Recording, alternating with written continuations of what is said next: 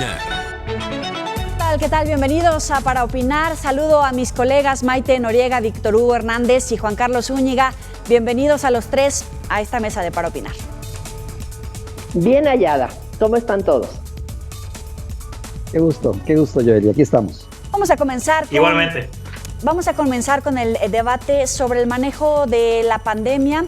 Cerramos este 2020 con un semáforo epidemiológico en rojo, justo en la temporada donde para muchos empresarios y comerciantes informales, pues es la época para recuperarse económicamente, para tratar de enfrentar este 2021 que pinta para muy duro en materia económica y también en materia sanitaria. Maite, ¿cuál sería esta primera valoración de cómo ha sido la gestión de la pandemia por parte del gobierno federal? Por parte del gobierno federal creo que ha sido muy desafortunada. Los mensajes que se mandaron desde el principio, bueno, pues están cobrando ahorita las víctimas, a pesar de que en este momento quisiéramos convencer a la mayoría de la población de la necesidad de guardarse porque el virus es muy contagioso y de usar el cubrebocas. Vemos la gran indiferencia con la que la gente o la mayoría de las personas o buena parte de las personas ha tomado estas indicaciones. Vemos las tiendas llenas, las calles llenas, el transporte público lleno y no existe esta solidaridad o esta conciencia social de decir, yo no salgo porque me puedo infectar, pero también puedo infectar a otros. Esto es lo que está pasando, esta empatía. Y esta empatía solo surge en estas sociedades en las que no existe una polarización como la que se ha dado desde el ascenso al poder del presidente López Obrador. Víctor Hugo. Diferentes factores, ¿no? Ya lo dice un medio internacional, tal vez las decisiones se debieron de haber tomado con más tiempo, con más energía, y ahora pues nos encontramos en una situación sumamente difícil y complicada, ¿no? Fechas que en lo emocional, en lo económico representan mucho, que difícilmente puede uno sustraerse a lo que es el periodo, digamos, el periodo de consumo más importante y significativo que hay en México y en el mundo, que se combinan con muchos factores. Uno, menciono algunos, el hastío, el cansancio, el hartazgo de una sociedad que la verdad ya pide a gritos poder romper con este círculo vicioso, aún sabiendo que la enfermedad puede causar la muerte. Dos, una serie de desafortunados anuncios y eventos por parte de la clase política, de nuestros dirigentes, que más que orientar han confundido y han creado pues expectativas equivocadas, ¿no? Comenzando por el propio presidente que al rechazar el uso del cubrebocas oficial y formalmente y ser enérgico, lo que ha generado es que también sus seguidores y simpatizantes razonen muy válidamente si él lo hace, porque yo no. En fin, una serie de hechos desafortunados que hoy se combinan y que nos llevan a esta situación que sinceramente es bastante preocupante a la luz de la saturación, yo diría ya casi total, aunque las autoridades matizan las cifras. La verdad es que ya vivimos una saturación y un cansancio de nuestro personal médico fuera de serie nunca visto. Claro, más de 1.300.000 fallecidos, más de 120.000 contagios. Juanca. Hola, muy buenas tardes. A mí me parece que el gobierno federal tiene una enorme oportunidad, una gran oportunidad de corregir, de resarcir los errores que se han cometido a lo largo de estos 9 meses de pandemia que hay en México, y es con el tema de las vacunas. A mí me parece que ha habido una buena gestión por parte del gobierno federal ante laboratorios y ante gobiernos de otros países para gestionar la vacuna. Creo que la forma de gestionar y la manera de implementar la vacunación en nuestro país, porque seremos de los primeros países en el mundo en recibir la vacuna. Hay muchos países que no hicieron su tarea, por lo menos México ya hizo la tarea. Ahora el enorme reto va a ser la distribución de las vacunas. Claro que pues preocupa que iba a llegar supuestamente mañana a Coahuila y no llegaron, y que van a llegar hasta el día 28 de diciembre. Ojalá sea no por el Día de los Santos Inocentes una broma, ojalá que sea realidad el día 28 que lleguen las vacunas a Coahuila y que lleguen a la Ciudad de México. Da confianza, sí, que el ejército mexicano esté protegiendo las vacunas y que esté en la logística de la distribución. Da confianza también los simulacros que ocurrieron la semana pasada, en donde pues se ensayó cómo van a descongelar la vacuna de Pfizer y cómo la van a aplicar. Yo me quedaría con esta parte positiva de la esperanza de que ya viene la vacuna. Sí, y está muy bien tener esperanza, pero podemos confiarle a las autoridades sanitarias que no han logrado desarrollar un proceso de logística para garantizar el abasto de medicamentos y de vacunas del cuadro básico. ¿Le podemos confiar a esas mismas autoridades que ahora logren traer en una pelea descomunal vacunas de todo el mundo hacia México cuando ni siquiera lograron ponerse de acuerdo en que el 22 de diciembre iba a haber ya el desarrollo como tal de la campaña de vacunación y hoy ni siquiera las vacunas están aquí, Juanca?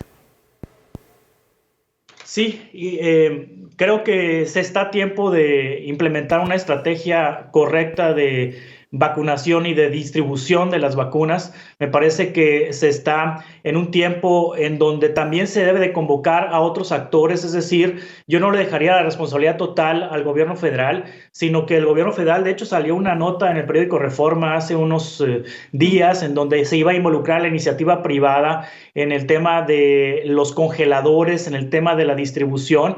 A mí me parece que el gobierno tiene que convocar a la iniciativa privada y a los gobiernos estatales y municipales en esta estrategia y no quedarse con la responsabilidad el propio gobierno. Está bien que el ejército sea como, digamos, que la cabeza para distribuir las medicinas, digamos que es la institución mejor organizada en este país. Creo que esa es un acierto, pero creo que requerirá de la participación de gobiernos estatales y de la iniciativa privada. Maite, ¿alcanzaremos a ver esa coordinación con los gobernadores, con la iniciativa privada, cuando ha habido cierta resistencia hasta el momento? Yo creo que no veo al presidente de la República dispuesto a ceder en este punto. Ya hemos visto cuál ha sido la actitud frente a la posibilidad de comprar vacunas por parte de algunos gobernadores. El presidente no va a ceder, él quiere el control de todo, él quiere que la vacuna sea una concesión graciosa de su majestad y entonces de este modo la gente quede profundamente agradecida. A mí la esperanza de la vacuna creo que también es un dardo envenenado.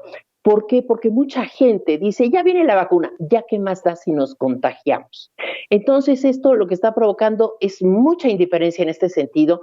De verdad sorprende la cantidad de gente reunida en fiestas, pasas por la calle y ves las luces y ves las fiestas y dices, bueno, algo estamos comunicando mal.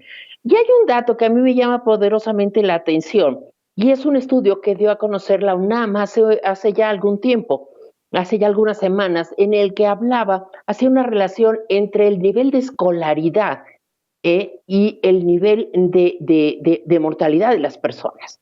Y entonces decía que el 71% de las personas que han muerto por COVID, 71%, date cuenta, 3/4 partes de las personas fallecidas por COVID solamente tenían primaria y algunas ni siquiera la primaria.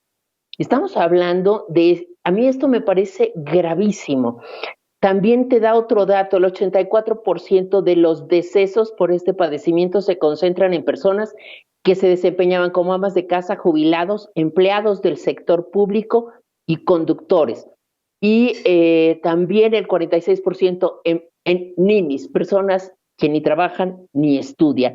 Y esto te da una dimensión de por qué nos estamos contagiando, por qué en la ignorancia la gente no cree en los peligros y la gente sigue pensando que el virus no existe. Y esta ha sido la respuesta en muchas de las encuestas. Pero también vemos empresarios, líderes políticos, presidentes, alejados totalmente de esta responsabilidad, tanto personal como social, para usar, por ejemplo, el cubrebocas, no estar convocando a fiestas empresariales, Maite.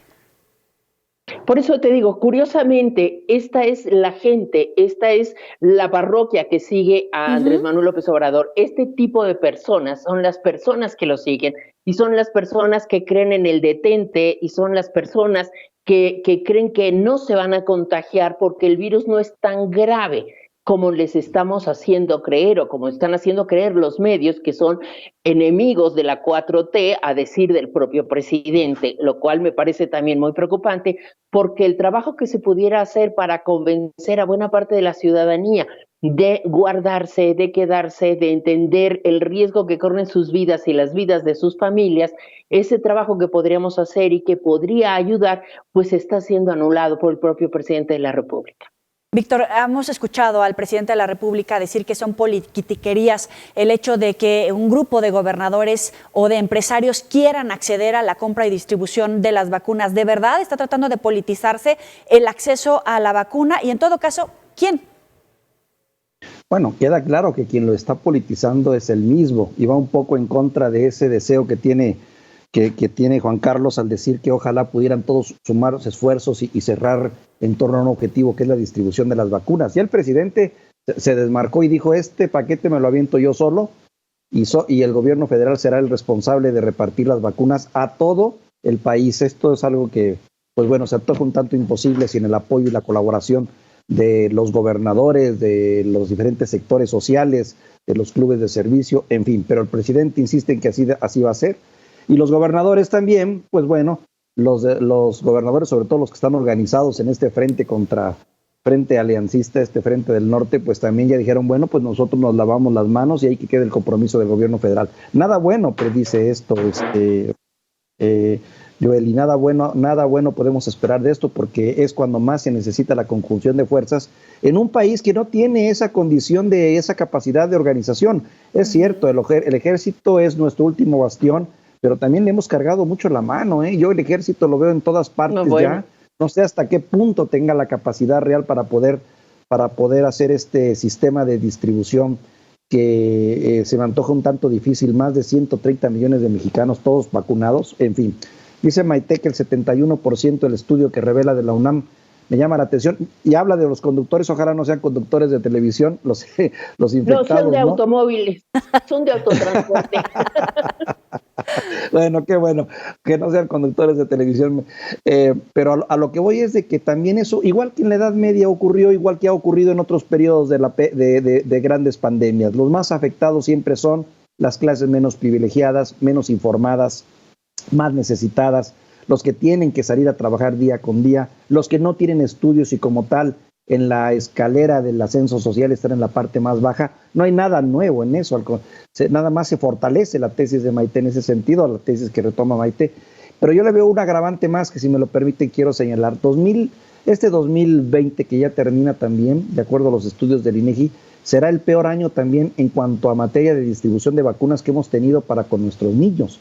En años anteriores hemos tenido hasta 90-95% de cobertura. Hoy no alcanzamos ni el 75%. ¿Qué quiere decir? Que millones de niños se han quedado sin sus vacunas básicas. Ya no estamos hablando de la del COVID, sino de otro tipo de vacunas que son fundamentales y que en otro tiempo sí estaban en un buen cuadro y bien instrumentado y bien repartidas. Hoy no es eso. Eso me lleva a pensar que estamos ante un reto descomunal y no sé cómo vamos a poder enfrentar el reto que significa distribuir las vacunas contra el COVID. Pensando en el 2021, año electoral, seguramente pasará factura tanto en la gestión de la pandemia de coronavirus, este millón de personas contagiadas, los 120,000, casi 130,000 personas que han fallecido, pero también puede jugar políticamente el hecho de que tengamos acceso a la vacuna. ¿Qué va a pesar más? ¿Los contagiados, los muertos, estos cientos de personas, de niños que nacieron y no han tenido acceso al medicamento y a las vacunas del cuadro básico, o haber tenido la vacuna? ¿Qué va a pesar más a la hora de estar frente a la boleta, Maite? Yo creo que lo que comentaba Víctor Hugo me parece que es muy importante y que ahí está la clave de la respuesta. El problema no es que llegue la vacuna, el problema es que se distribuya bien y se distribuya en buen tiempo. Si tú te pones a ver Esto es terrible tenerlo que decir, pero el número de niños con cáncer que no han tenido medicamentos no es tan grande como el número de personas que está esperando con ansia la vacuna como la solución a todos sus problemas, ¿no? Al encierro, a la violencia que vivo en casa, a la falta de dinero, al desempleo. Vaya, de verdad es muy grave lo que está pasando y la vacuna es la esperanza para resolver muchos problemas, no nada más los contagios.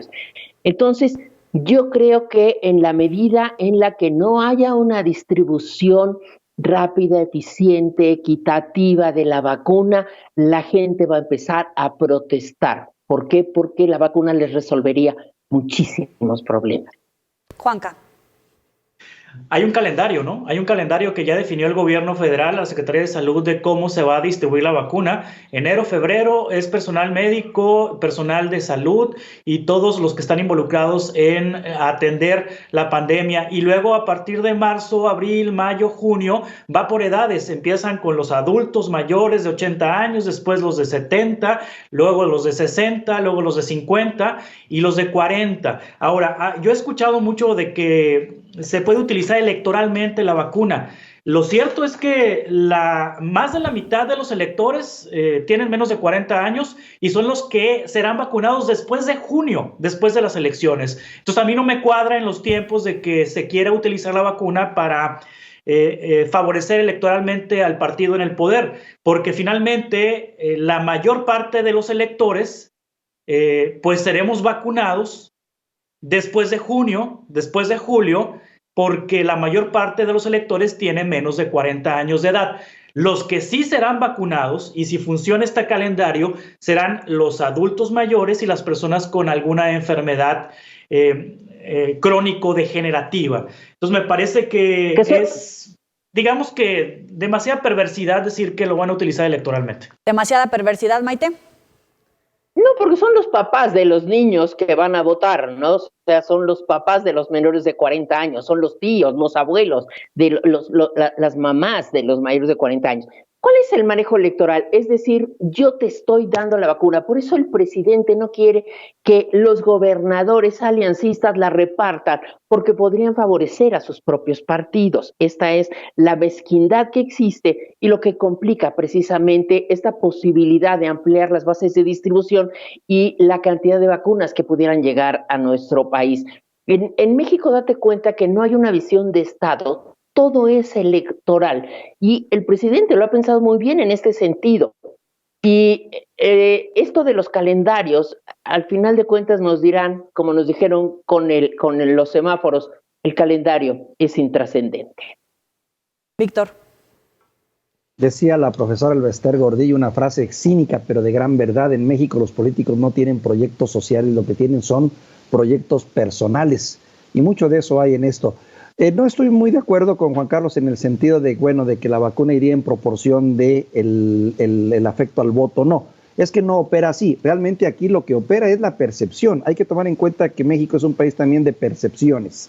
Y el hecho de saber que hay un programa, un gran programa nacional de vacunación, pues puede generar también sentimientos de optimismo, de rechazo, en fin. Por eso yo sigo insistiendo en que este proyecto es un gran proyecto, es un proyecto que puede ser un arma de dos filos para la llamada 4T en ese sentido, ¿no? Porque finalmente, si las cosas le salen bien, indudablemente podrá fortalecer el gran proyecto del presidente. Pero si las cosas salen mal, sí habrá un cobro de factura, porque ya estamos entrando en la parte más seria. Hay que recordar que hasta este momento el electorado o el ciudadano, como lo queramos ver, porque un día somos ciudadanos y otro día somos electores y otro día somos carne de cañón, y en fin, así somos nosotros los ciudadanos en este país. Hasta este momento no le han cobrado la factura a Andrés Manuel López Obrador por la pandemia, no lo han hecho culpable de esto. Se sigue en el consciente colectivo de que este es un problema mundial al cual el presidente le ha entrado. Ha sido un fracaso total la política de sanidad en este país para combatir la pandemia, estamos de acuerdo. Sin embargo, tiene su propio protagonista, que en todo caso podría ser el subsecretario de Salud, que ha servido como pararrayos para toda esta infernalia de malos momentos y de malos ratos. Pero lo cierto es que será un gran reto para el gobierno lo que viene en puerta, y sigo pensando que va a ser un reto descomunal en toda la extensión de la palabra.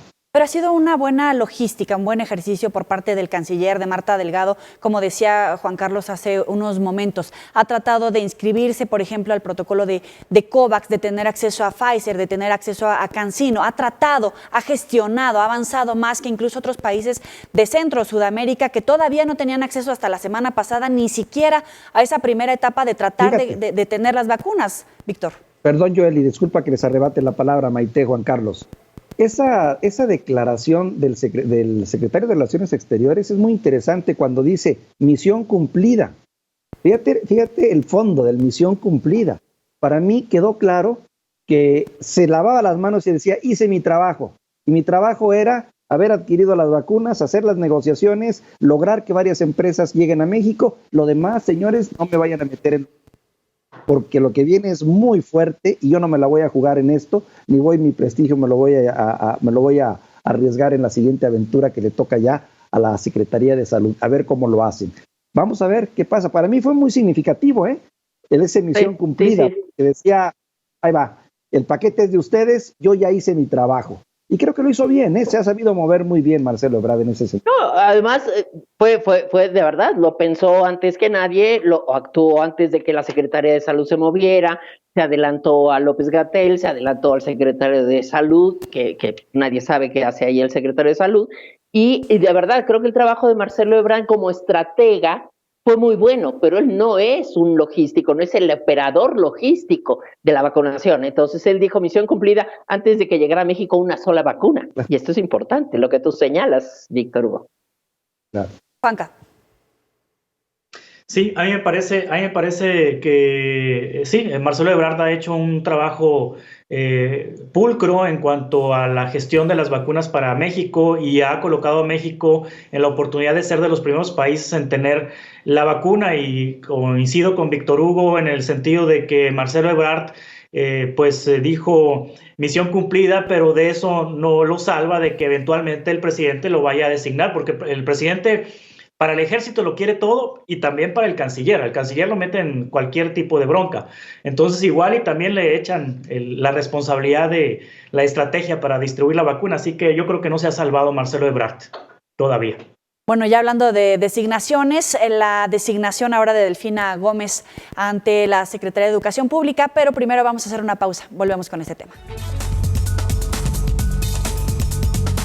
Seguimos con el análisis y el debate. Víctor Hugo, comienzo contigo. La designación de Delfina Gómez como titular de la Secretaría de Educación Pública, ¿le resta o le suma a la Secretaría?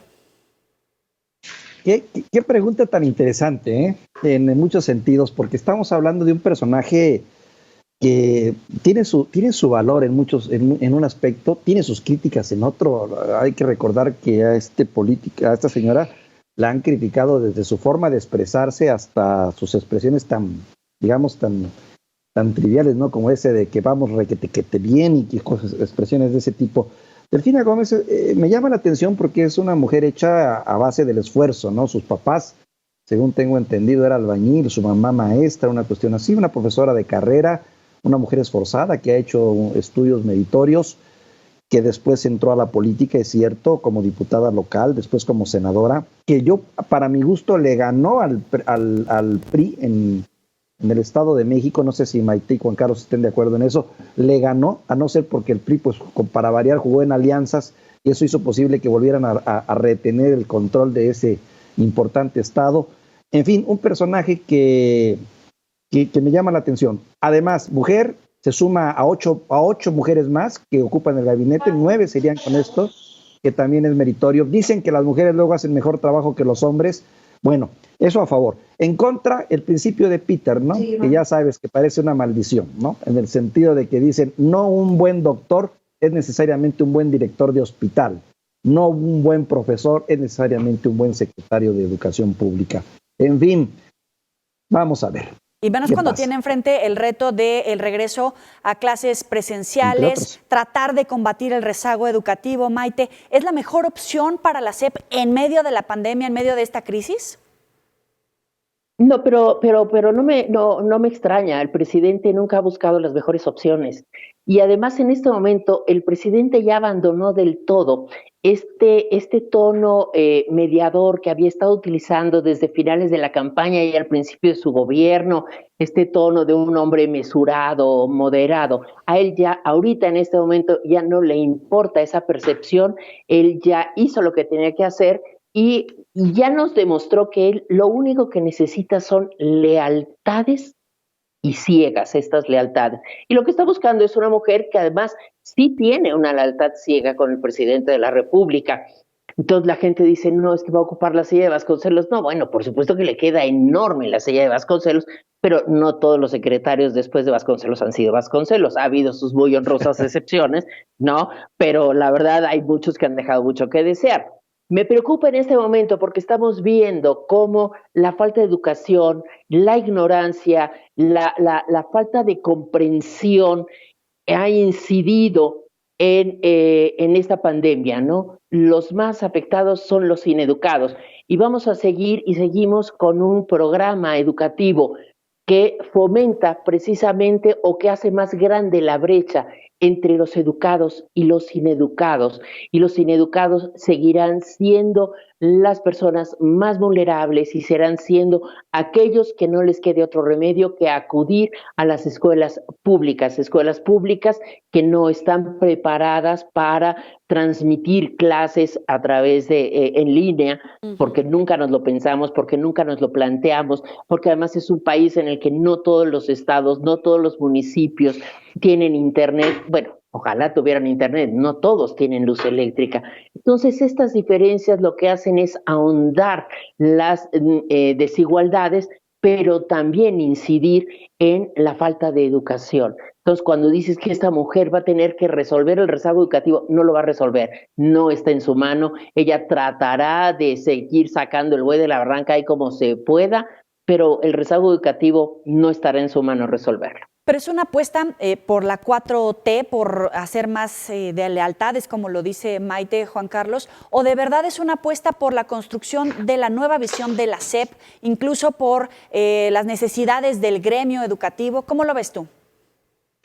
Yo les pregunto a todos en esta mesa, ¿cuándo fue la última vez que México tuvo a una profesora o a un profesor como secretario de Educación? ¿Recuerdan ustedes algún profesor o profesora como secretario de Educación? Profesor de primaria, no. De primaria, yo fíjate la observación, sí. De primaria. Ajá. Digo, eso no te acredita, ni te hace una persona solvente en el tema de la Secretaría de Educación Pública. ¿Dónde queda el conocimiento de la universidad? ¿Dónde queda hemos tenido grandes catedráticos, hemos tenido hasta filósofos, hemos tenido buenos pensadores. Ahí tienes a un Jesús Reyes Heroles, y ha habido otros personajes que pudieran haber. Yo tengo conciencia de Carlos Salinas para acá, ¿no? De Carlos Salinas para acá tengo conciencia de algunos nombres. Con Carlos Salinas, Manuel Bartlett, Ernesto Zedillo, Fernando Solana, José Ángel Pescador. Con Zedillo, Fernando Fausto Solana, Alzati. Pescador. Fausto Alzati, Miguel Limón, con Vicente Fox Reyes Tamés.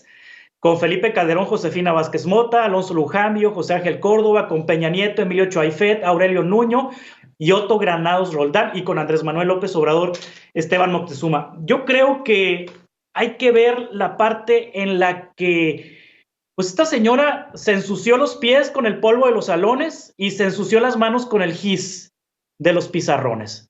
Yo creo que va a tener la sensibilidad y el conocimiento que todos los nombres que anteriormente mencioné no tenían o no tuvieron porque carecían de la experiencia frente a un grupo. Creo que esa ventaja hay que verle a Delfina, que ella estuvo frente al grupo, estuvo frente a niños, estuvo conviviendo con profesores, estuvo en el Sindicato Nacional de Trabajadores de la Educación, estuvo con padres de familia, es decir, trae el conocimiento que anteriores secretarios de Educación, incluido Moctezuma, no lo tienen y se las contaron, le contaron cómo era una situación en el aula. Yo creo que hay que resaltar esa ventaja, que es profesora, que trae la sensibilidad del salón de clases, pero además, pues gobernó Texcoco, ¿no?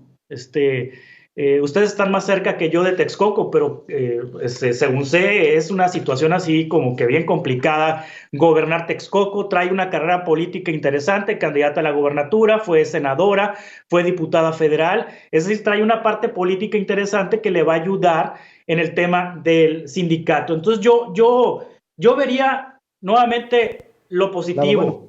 ¿Que le va a ayudar al sindicato o que va a poner a las instituciones a modo al sindicato? Por eso hacía hincapié en respecto a cómo va a enfrentar al gremio, sin necesariamente favorecer en este momento todas las peticiones y los modus operandi del gremio son las necesarias para enfrentar una situación como la pandemia o el rezago educativo a consecuencia de la pandemia. Ahora, con una observación, una sola persona no puede implementar toda la política educativa, una sola persona no va a cambiar el sistema educativo. Hay un equipo de trabajo ahí en la Secretaría de Educación Pública que tendrá que continuar con ella o ella tendrá que formar su propio equipo de trabajo o a quién va a añadir en esta parte. No, la Constitución es muy clara, la educación es laica, obligatoria, gratuita, se basa en la ciencia y no en el fanatismo. Entonces, me parece que tendrá que apegarse a la Constitución y en cuanto a la relación con los sindicatos, entiendo que no fue una relación muy, digamos que amistosa con el CENTE del Estado de México. O sea, ella tuvo sus situaciones de diferencias cuando estuvo en el Sindicato Nacional de Trabajadores de la Educación y los conoce bien. Yo no creo que llegue a pactar con el CENTE o con la CENTE, más de lo que ya pactó este gobierno, más de lo que ya pactó Esteban Moctezuma. Maite. Yo creo que tendrá que pactar, todos los secretarios tienen que pactar y esto se da cada año. Cuando se acerca mayo, todos tienen que pactar, vienen los aumentos salariales, vienen los reacomodos y a final de año vienen los presupuestos. Entonces tendrá que pactar. Es que pactar no es negativo, le hemos dado una carga peyorativa a esta palabra y pactar es lo propio de la política, pactar, negociar, llegar a acuerdos. Esto me parece que es importante. El que pueda negociar me parece bien. Tú comentabas que la señora, que no una sola persona puede resolver la educación. En este país una sola persona la va a resolver, que es el presidente de la República, como está resolviendo, está teniendo, o sea, si tú ves cuál es la operatividad de los secretarios de Estado del gabinete del presidente, te das cuenta de que ninguno opera realmente. Lo único que hacen es obedecer a lo que les dicta el mandatario. Y si tú los oyes, Ricardo Monreal te dice, yo hago lo que me ordena el presidente, y Marcelo Ebrard te dice, yo hago lo que me dice el presidente, y todos los demás te dicen, yo hago lo que me dice el presidente. Entonces, en este país, si alguien va a tener que manejar la educación de este país, será el presidente de la República, porque no les ha dado margen de maniobra a los miembros de su gabinete. Víctor, ¿tú ves diciéndole a Delfina no al presidente o es una más de esta ala radical, como muchos incluso lo señalan ya, como que se está radicalizando y ella es parte de ese grupo? Los que le han dicho no al presidente están fuera, eso está claro, ¿no? Los que han tenido el valor y la jerarquía para decirles no, están fuera.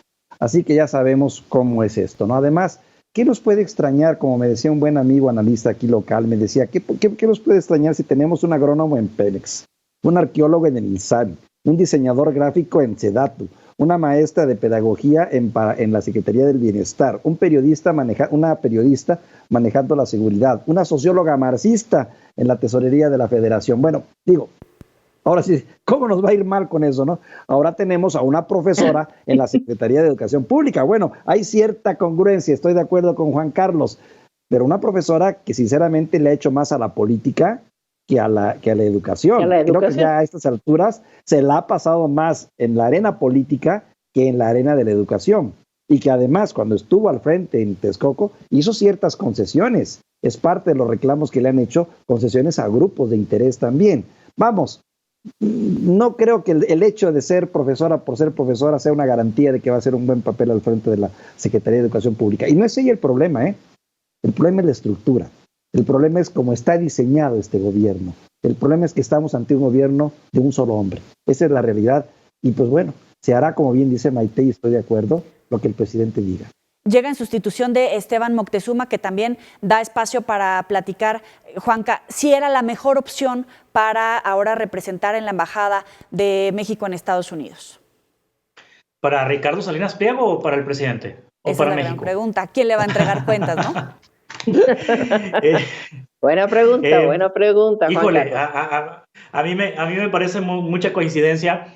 La semana pasada, lo de la reforma al Banco de México, que hasta los subgobernadores que colocó Andrés Manuel López Obrador en el Banco Central, pues señalaron tácitamente que esta reforma pretendía beneficiar a un banco en particular. No mencionaron el nombre, pero todo el mundo pues, sabe que es Banco Azteca, de Ricardo Salinas Pliego, y todo el mundo pues nos hemos dado cuenta de la incidencia que tiene Ricardo Salinas Pliego en el presidente y la influencia que tiene en el gobierno federal. Entonces, pues llama la atención que el movimiento que se está haciendo hacia Estados Unidos sea Esteban Moctezuma, quien es, pues uno fue empleado bastantes años de Ricardo Salinas Pliego y que va justamente a Estados Unidos. Esperemos a representar los intereses de México, no de un hombre, de un empresario que cada vez que sale a Twitter a mí me parece que insulta a la inteligencia de todos los mexicanos.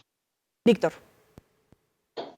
Pues sí, es una buena pregunta y claro, una buena reflexión, aunque creo que sería estarle dando mucho mérito, ¿no?, a este hombre polémico, a este empresario polémico que se ha convertido en un anatema de lo que es digamos, las buenas relaciones y que es confrontativo, ya lo sabemos, es confrontativo y va contrario a todas las reglas del juego. Ahí está la última fiesta que organizó con todos los trabajadores, que no sé a ver cómo les va a ir, finalmente dentro de unos 12, 13 días vamos a estar viendo tal vez las consecuencias de ese acto, que de nueva cuenta, un mensaje equivocado, ¿no?, a una sociedad que no necesita ese tipo de mensajes ni ese tipo de retos. No creo que vaya por ahí, más bien creo que, pues bueno, fue pragmático el presidente al nombrar a este personaje también, que finalmente, como bien decía Maite, ¿qué hizo al frente de la Secretaría de Educación Pública? Pegarle al bote y tratar de organizar lo que medianamente se pudo organizar en un contexto muy difícil, es cierto.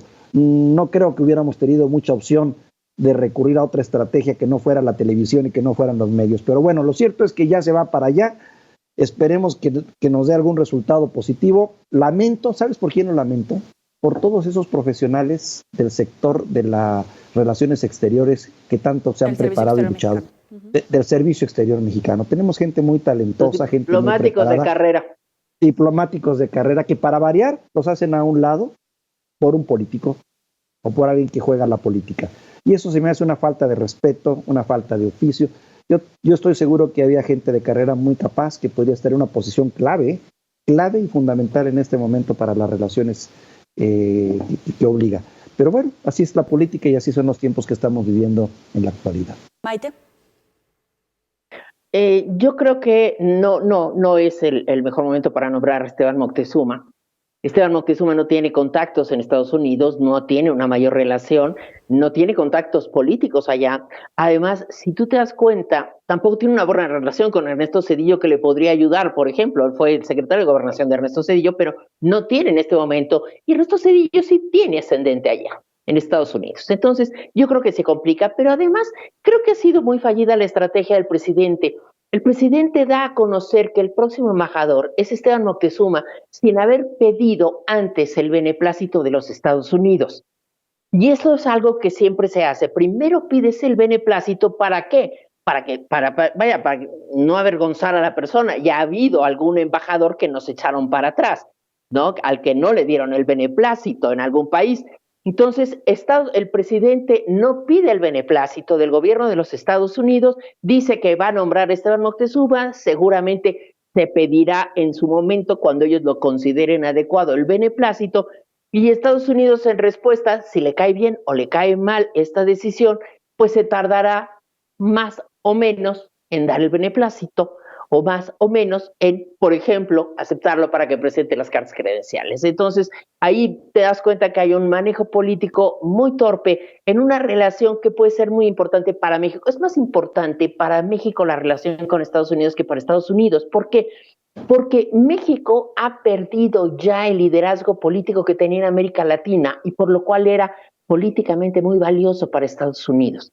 Ahora ya no les importamos en ese sentido, hay una relación comercial que es respetable, que es valiosa, pero la relación política esa está total y absolutamente rota y era la que nos daba fuerza. Maite, perdón Joely, y un comentario más, no solo el beneplácito de los Estados Unidos, sino también incluso sobre el propio Marcelo Ebrard, que es el secretario de Relaciones Exteriores. Un día antes, Marcelo Ebrard había hecho la declaración de que se estaba estudiando y viendo cuál era el mejor perfil para estar allá. Y al día siguiente, yo estoy seguro que le cayó hasta de sorpresa, porque al día siguiente Andrés Manuel López Obrador ya tenía decidido quién era. Digo, eso te dice, te habla un poco de cómo se están jugando las piezas, ¿no?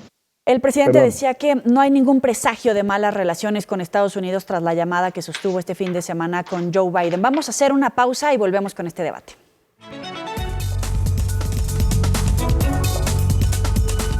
Gracias por seguir con nosotros en Para Opinar. Juanca, comienzo contigo. Respecto a las relaciones México-Estados Unidos, tenemos el TEMEC, que ha presentado ya incluso ciertas cartas de debate entre ambos países por todos los incumplimientos en los que empieza a caer en México. También, por supuesto, el tema fronterizo, migraciones, impuestos a los productos mexicanos si no se detiene la ola migratoria, la construcción del muro fronterizo. ¿Cómo nos pinta este 2021 con Estados Unidos? Pues yo creo que se tardó el presidente bastante en felicitar a Joe Biden como presidente electo de los Estados Unidos. Yo al principio interpreté esta tardanza por si Donald Trump todavía le quedaba margen de maniobra y provocar algún daño a la relación bilateral, y que por eso había sido la prudencia del presidente mexicano en respeto a Donald Trump, pero sí, creo que sí se tardó demasiado.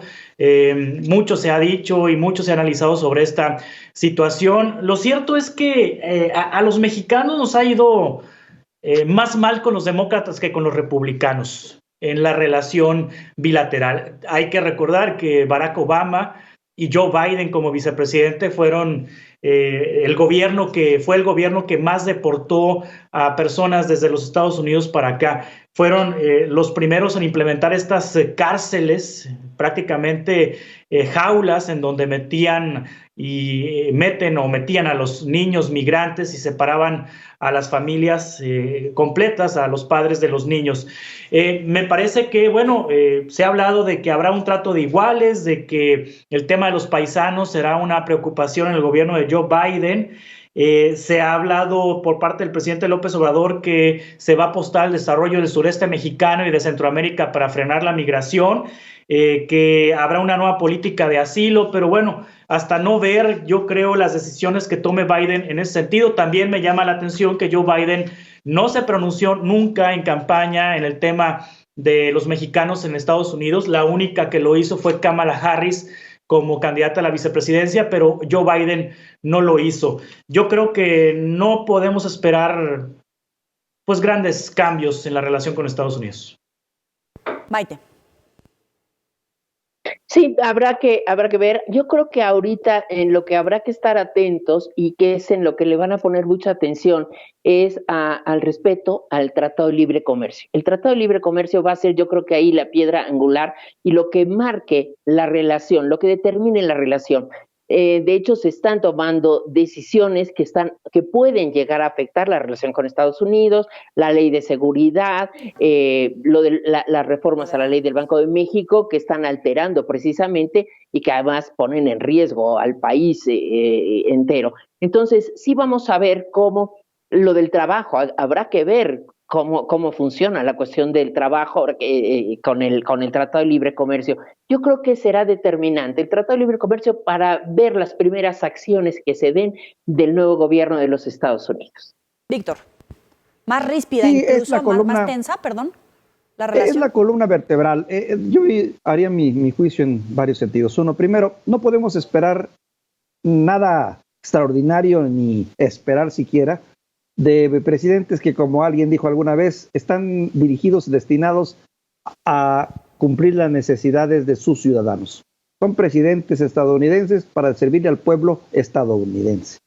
Y en función de lo que es Estados Unidos, lo que es esta gran nación, que también tiene mucho de imperialismo todavía y de influencia en otras naciones, también son sus intereses. No se trata de amistades, se trata de intereses. Es cierto que a veces la empatía ayuda, y que hemos tenido periodos en los que la química de los presidentes ha sido interesante y que se han llevado muy bien, como también ha habido periodos en los que el distanciamiento ha sido mucho y la frialdad también.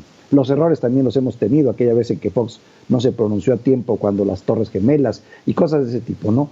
Pero al final del día se va a imponer el pragmatismo, y el pragmatismo es cierto, va por el lado del comercio, que es la verdad el fondo de la relación con México en ese sentido, el comercio. Y se van a imponer más allá de las simpatías, no simpatías, química o no química, los problemas que tenemos, que son medio ambiente, en donde no hay concordancia, lo hemos visto, Tratado de Libre Comercio que va por el lado del trato a las empresas, ahí seguramente va a haber una presión muy interesante hacia México en ese sentido para mejorar el trato con las empresas, que no pase lo que pasó con la cervecera allá en el norte, por ejemplo, cosas de ese tipo.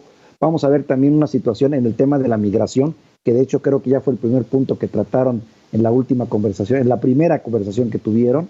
Vamos a ver temas de seguridad fundamentales.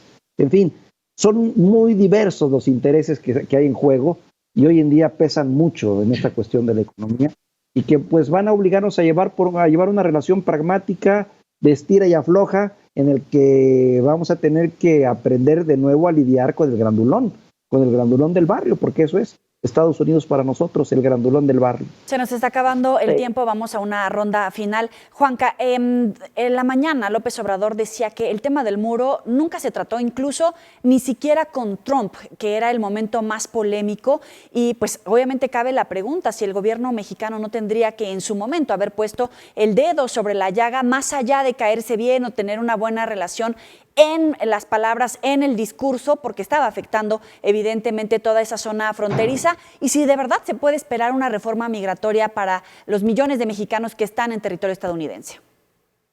Yo creo que López Obrador la jugó bien con Donald Trump. No creo que hubiese sido sano para la relación con Estados Unidos haberse pronunciado en el tema del muro fronterizo. Creo que le hubiera agenciado más popularidad en México a López Obrador tomar un discurso antagónico frente a Donald Trump. Le hubiera funcionado más en nuestro territorio, pero lamentablemente, las consecuencias habrían sido desastrosas en materia económica después de la primera amenaza que hizo Donald Trump de imponer aranceles y también la amenaza de cancelar el acuerdo de libre comercio. Creo que López Obrador llevó una relación inteligente con Donald Trump hasta el final. Hasta el final ha llevado de una manera inteligente. Ahora el reto es llevar una relación también inteligente con el gobierno de Joe Biden. Creo que en este tema López Obrador fue más astuto que Enrique Peña Nieto en su relación con los Estados Unidos. Maite. Yo creo que el presidente lo que hizo fue decirle que sí, porque sabía, lo decía Víctor muy bien, sabía que era el grandulón, ¿no? O sea, no te puedes poner con el bully a las patadas, ¿no? Y el señor es un auténtico bully, y las amenazas que hizo contra México, lo que hicieron fue de verdad, fue una relación de chantaje, y un chantaje muy fuerte al que se dio el gobierno de México, bueno, pues en aras de llevar la fiesta en paz. Pero no creo que haya sido no creo que haya sido audaz, simplemente se doblegó porque las amenazas eran muy fuertes y el chantaje podría habernos costado caro. Víctor. Sí, coincido totalmente.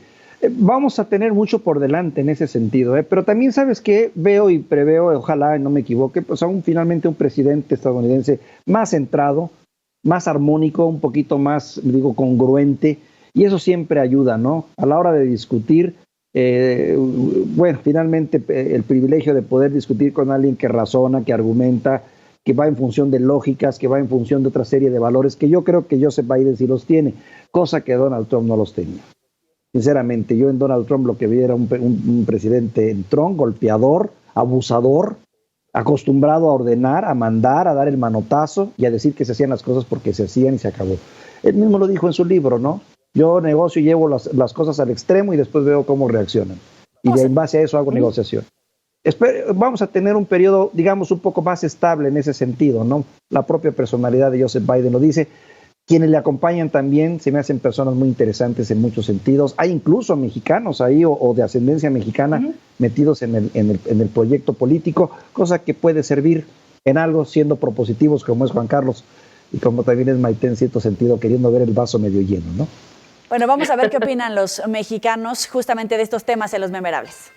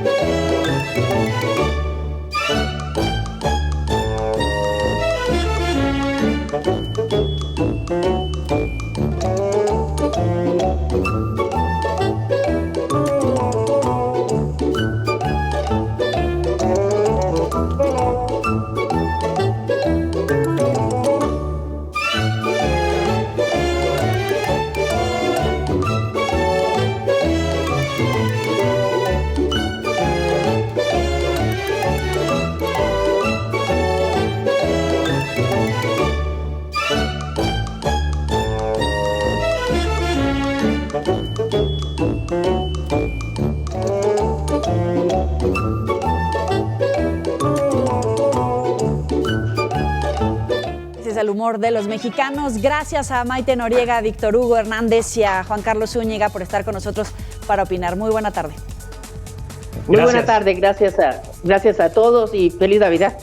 Igualmente, feliz Navidad, feliz Año Nuevo y felices a todos. Y gracias a ustedes por acompañarnos. Pásala bien.